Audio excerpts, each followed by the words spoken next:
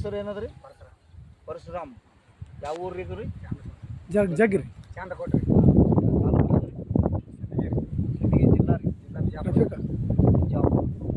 ಈಗ ನೀವೇನು RPS ಎಣ್ಣೆ ಬಳಸಿರಿ? ಯಾವ ಬೆಳೆಗೆ ಬಳಸಿರಿ ನೀವು?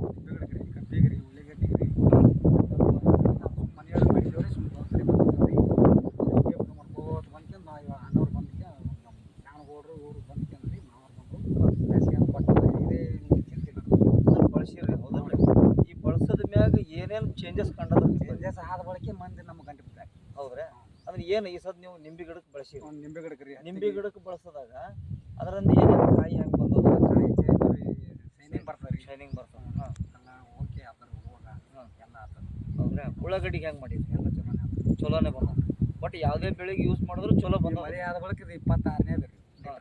ನಾವು ಬಳಸೋದು. ಅಂದ್ರೆ ನಿಮಗೆ ರೈತರಿಗೆ ನಿಮಗೆ ಬಂದು ಕೇಳಕತ್ತಾರ. ಕೇಳಕತ್ತಾರ.